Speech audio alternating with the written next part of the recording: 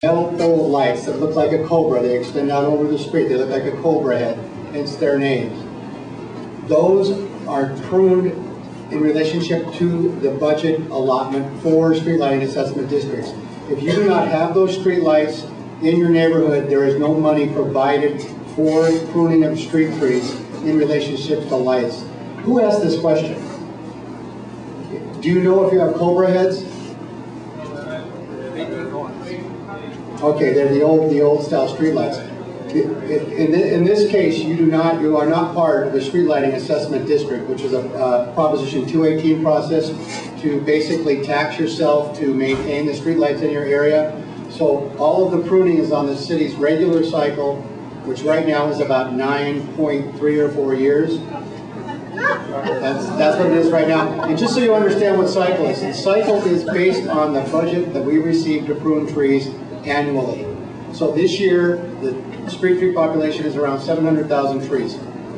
You divide that by the number of trees that we receive funding to prune, and you have the cycle. So if we're at 9.3, we're going to trim roughly 70,000 trees this year. It's been as high in 1996, it was 32 years. In 2002, it dropped down to just over 6. So the average over the last 15 years has been somewhere in the neighborhood of 12 to 13 years. So that's kind of the average pruning time. But the best thing I can do is to have you put in the request specifically for the lights, and then I'll see what I can do about getting those trimmed for that purpose. But there is no money allotted for non-street lighting assessment district street lights. Okay.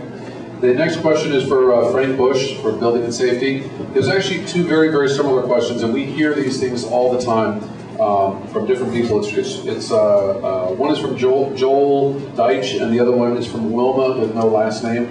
So don't all you Wilmas stand up at the same time. This has to do with home businesses. And this one's on Scatalock. Someone is running a limousine service. It's a traffic hazard. Is it a zoning violation? And Wilma asks, an investor bought a house near me and the intentions of flipping it. Instead, he's paved the front yard and moved his wife's daycare business onto the premises. I wake up every morning with shouts, hand clapping and screaming of the daycare workers. What can be done? So home businesses. Okay. The first was a limousine business. A question about that. The limousines cannot be stored on the residential property, so that would be a violation if they're running the business out of there. So I just encourage you to turn the address in to us, and we'll take a look at it. Also, the one about the daycare, they've paved the front yard. They can pave the front yard, they just can't park in it. So if the parking vehicle's in it, that's going to be a violation. If you turn the address in about the daycare, we will make sure that they're not exceeding the amount of kids that they're allowed to have there, during their business. They are allowed to have daycare in the residential zone as long as they don't exceed the number allowed. Okay, thank you. This next one's for Ron Olive. And Ron, you said that people really didn't care about what you do. Ron deals with the potholes, and most of the questions here have to do with that. So, Richard Dick Lee, if you could stand up. Barbara Menendez, if you could stand up. Larry Smoller, if you could stand up. Ed Fuse, Miriam Weinstein, Robin Gavin, Doris Hoffman, Shirley Monroe, Gerald or Claudia Katz. All these people basically have the same question. They either have substandard streets, where the streets are basically falling apart, Community Lacombe Code, or that they've been there for 58 years, as Shirley Moore says, and has not had their street paved, or basically getting potholes fixed on Beverly Glen, and so forth. So, take it away. Pothole repairs. We have been challenged by the mayor this year to repair 375,000 potholes. So if you let us know where they are next business day, we will repair them. Street resurfacing is a little bit more difficult. To kind of chime in on what Ron's theme was about frequency. Street paving is running about 60 some odd years. Now, we actually do an hour-long presentation on our pavement management system and the science behind which streets we pave, which ones we slurry seal, which ones we reconstruct, when, how. But real briefly, out of the budget we do have a budget this year to resurface 235 miles, which is much higher than it's been in many years. 80% of the funding is really reserved for saving streets, which means for either doing a maintenance blanket, which is basically 1.5 inches grind and pave, or maybe a little more with some base failure repair, resurfacing. And then the last 20% really is reserved for streets that are fixed, which I think is what the questions are.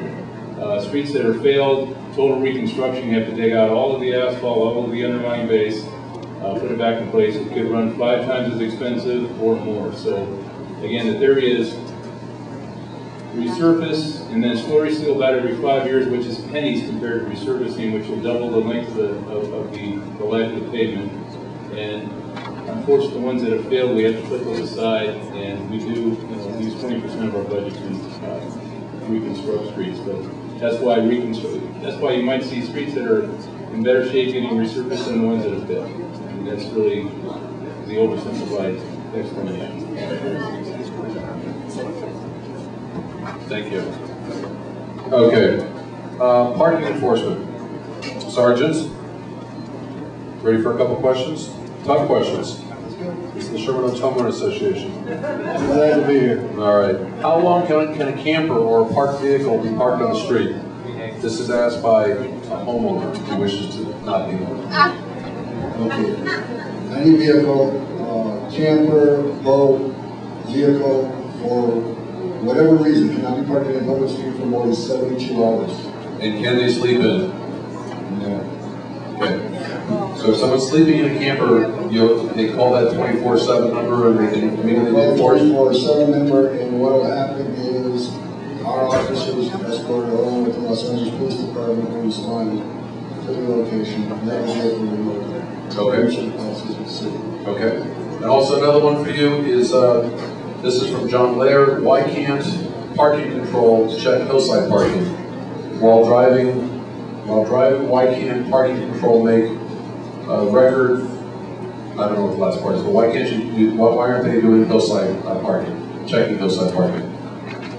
I am not aware that they were not, however I can check into that and find out and establish a history on enforcement up in that area. Okay, thank you. There were actually, I don't think there were any very specific questions for planning department, Tom, but Tom came all the way here from Sherman Oaks, so we have to ask him a question. Come on, a question. And I don't know if this is for you, Tom, but you usually do well with these. This is Irene Sandler. There's 3 questions that I didn't know which bucket to put in, so I'm going to put them in yours. What new communication line can be developed between departments? Planning, LA DOT, Metro, so that everyone is on the same page with projects such as the Milken Saperstein Middle School, Sepulveda, the debris basin, fence comes up. 2 days notice to call CD11 with a request to sign off, yada, yada, yada. Okay. I think what this question is there a city planner, or is there any way to put the different departments together? Well, there is, if somebody's coming in with an entitlement request, the planning department would be the lead on that. And we do have entitlement managers when it's an entitlement request. But if it's just a by right type of development, then the planning department really isn't involved with the project per se. Neither is DOT in a lot of cases. It's usually just building and safety. So I guess the question, can you give me the specific again? What was it? A school? Here. What was it? Read the document in front of you. It's dealing with. I don't have a big sheet. Well, you know what? It's